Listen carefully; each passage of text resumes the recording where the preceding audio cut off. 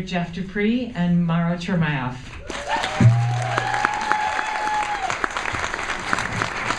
Hi, thank you so much for coming out.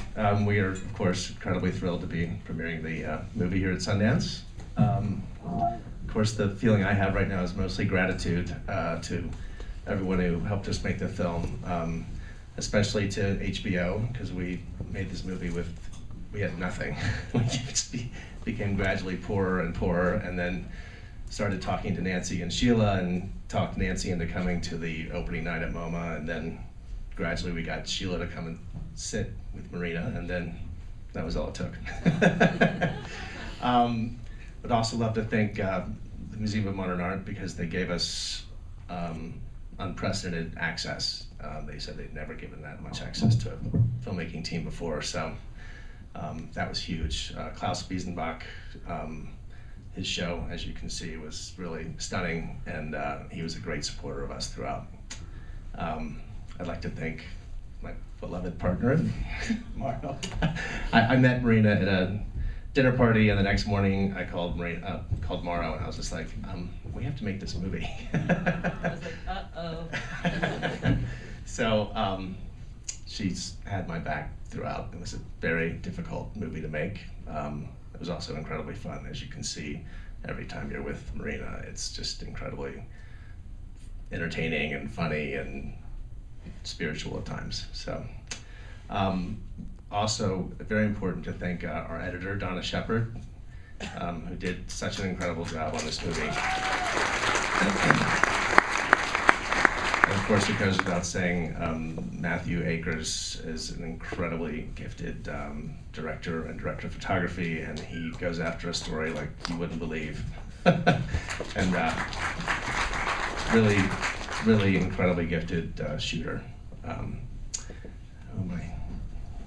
Should we answer questions? Yeah, we'll do a little Q&A. Does anybody have any questions? Yeah? How long did it take to make the start set?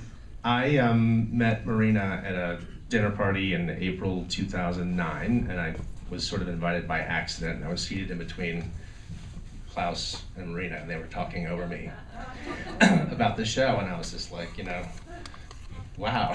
And she's completely... And finish was like 2 days ago. Yeah.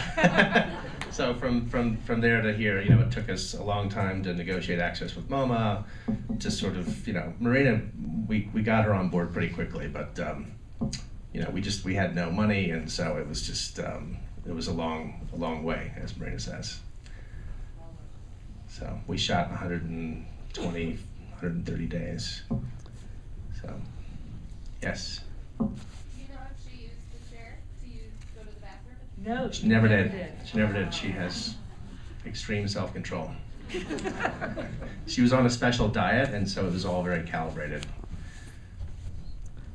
Yes? Did either of you sit with her? And if you did, what was your experience? I did sit with her. I sat with her on the last day, and it's a little bit different for me than for someone who doesn't know her, because I just 20 minutes earlier had been sort of backstage with her.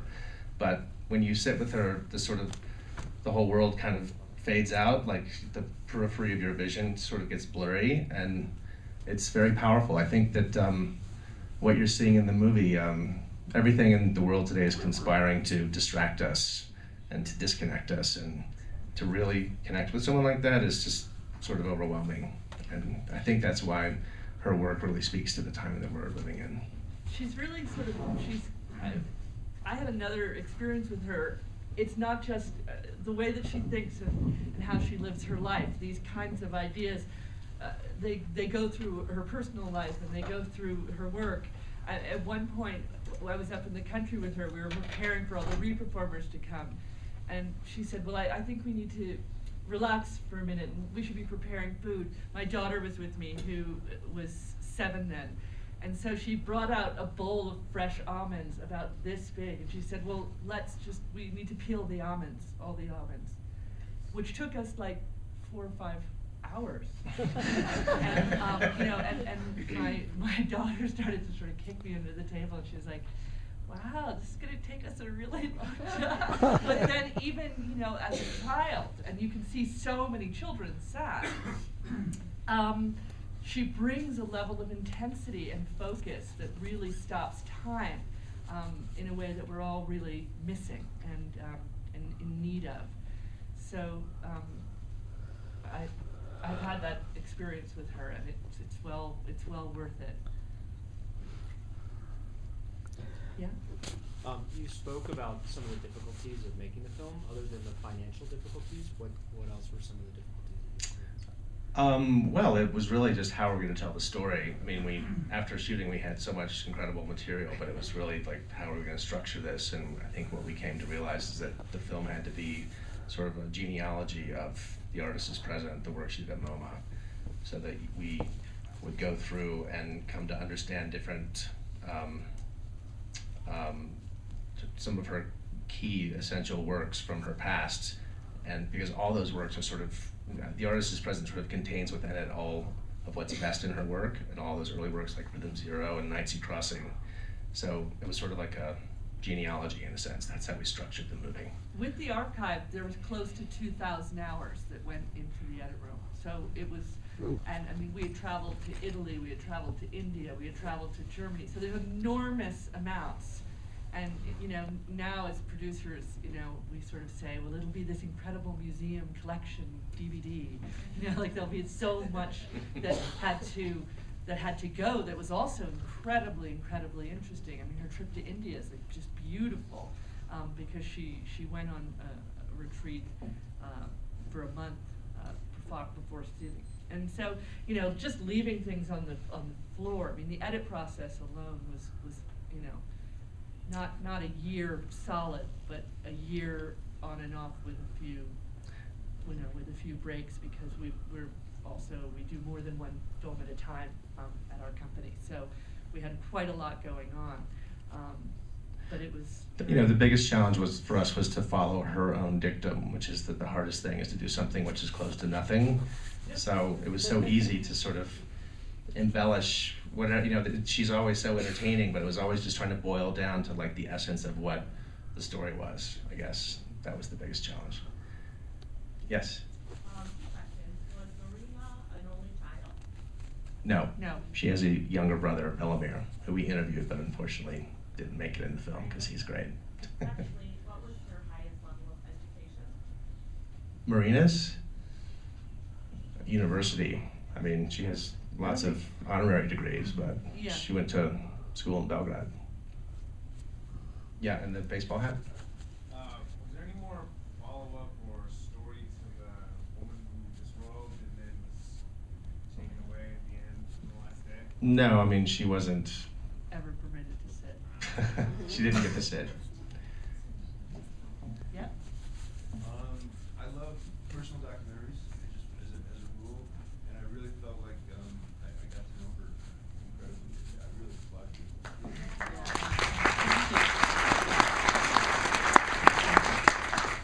So thank you for that. And my second question is, why James Franco?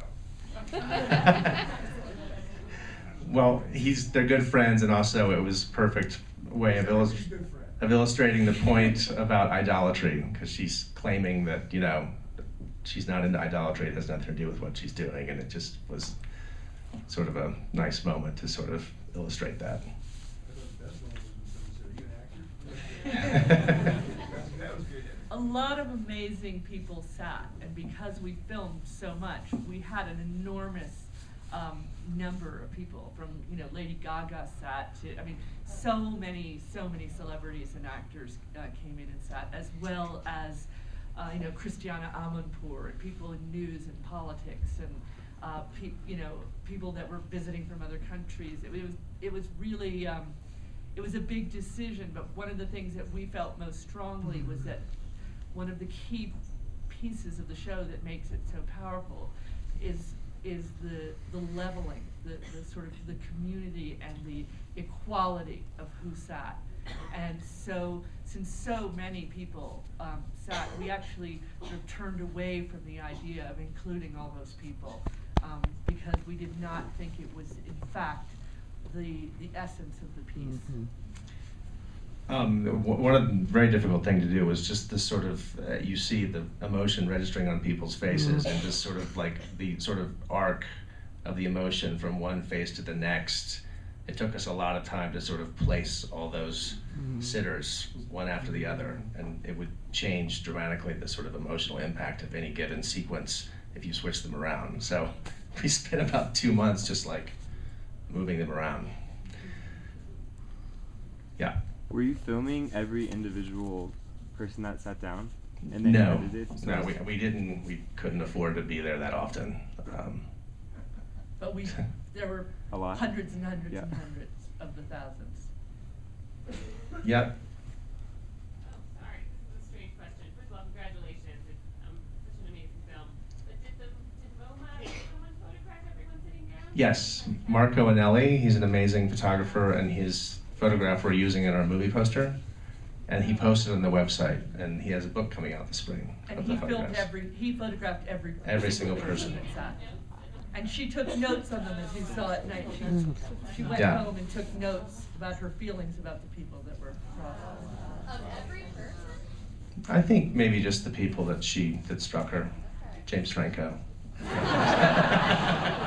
What was the total number that sat with her from opening to close? I can't remember. It's like it's under 1,500, I think. But that's also to mention that some people, I mean, you see the number 21. Some people sat over and over and over, and some people sat for 10 straight hours at a time. And it became a very competitive thing, because part of the freedom of the piece is that you could sit as long as you want. So I remember Sheila stood up after like 10 minutes and just said, I feel that I can't take away from all these people. But that wasn't other people's feelings. There were people who came and sat for 7 hours with a massive line of people. So it also, it alters the skew of how many people sat and for how long, because it repeats. Yeah. So you had a woman you interviewed from Australia. Was that her at the end who sat with her? Yeah, she was there twice. I mean, many people She sat were there multiple times. that came every day. There was a whole crowd, like a little posse that came almost every day. She so. came from Australia, and then she sat multiple times. Okay. Yes. The moment with Lily at the where he connects with her and sitting across to her was very powerful. Was that goodbye? Was that goodbye? Yeah. Are they?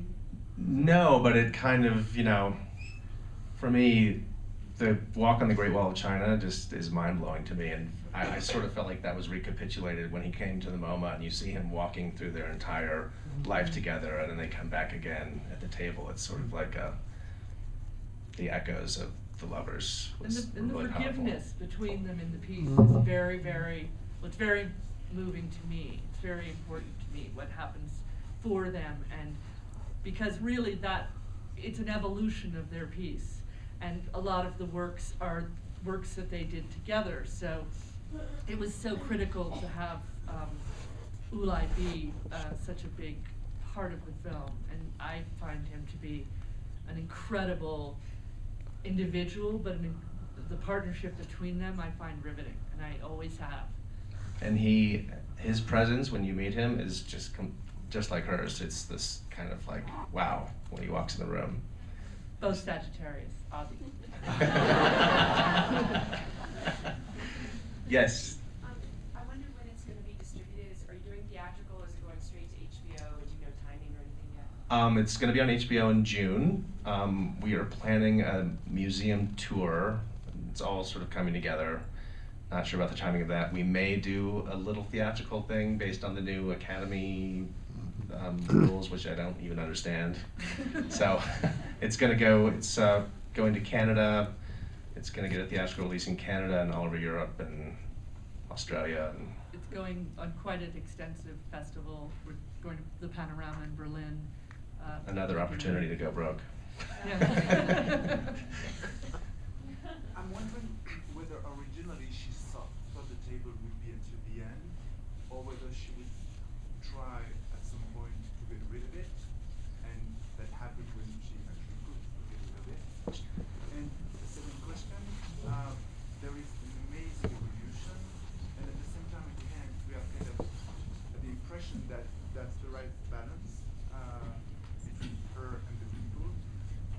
show has been like another month on the things set aside. Do you think that that would be the same set, or there would be another relationship between her and people, like closer? Yeah, I'm not sure. Yeah, I think you're asking if what would have happened if the performance had been continued for another couple weeks or a month. I don't know if she could have done it, frankly. Oh, I mean, she please. was at her So absolute rude. limit. We were all very concerned about her. But yesterday she said in the Q&A, which was really interesting, that when the table left, she could still see it in front of her in the 3D, like a phantom limb. So that it left, but she saw a muted version of the table there for a long time. And it took a while for the table to actually leave her psychic vision. But, you know, the film is really showing the arc of how she's come to the realization that she does not need any props or theatricality in her work. Like, just herself is all she needs. And I think that she did not intend to remove the table, but it just became apparent to her that that was more powerful. I think we Yeah. just have time for one more, Jeff. Okay. Does she have any children? Does she have any children? No. She's an artist. That's what she'll say. Okay, maybe one more. Okay. Besides the couple security interventions that you showed, were there any major security issues at all? There was all kinds of crazy stuff going on. And, you know, we tried to convey that in the film, the feeling in there that anything could happen on the last day. There was all this crazy stuff, and we could have easily focused on that, but it would have just, the movie would have been about like, oh, she brought the crazy people out, you know? And we didn't want it to be about that, but there was some really strange people. Hurling and vomiting into this, I was just like, Thank you very much, everyone. We have to get ready for our next film. We can take more questions in the lobby.